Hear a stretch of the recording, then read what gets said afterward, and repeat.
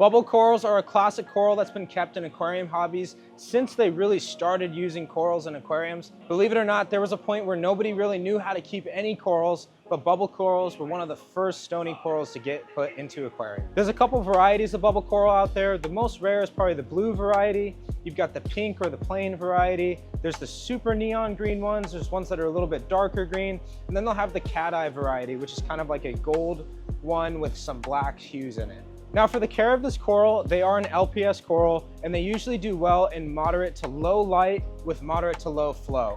When I've found bubble corals to thrive the most, it's when you're able to get flow all the way around the polyp, but not directly blasting them because it can do damage to their polyps. Now bubble corals can pack a punch. I've seen them sting other corals, so I usually recommend having at least 3 to 4 inches of space around the largest and most extended part of the coral. With them being a stony coral, I highly recommend you monitor your alkalinity, calcium, and magnesium levels to make sure they can grow properly and thrive. The last thing about bubble corals is they do enjoy some meaty food, so I do feed them Mesa shrimp and other types of food. One thing I really like about bubble corals is that they very rarely come in with pests.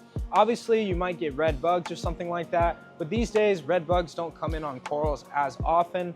These guys don't really have a predator like Euphyllia eating flatworms or acro eating flatworms that I've seen at least. So they typically come in very good health. And as long as the skeleton doesn't get broken or the flesh damaged, they tend to do very well as they settle in.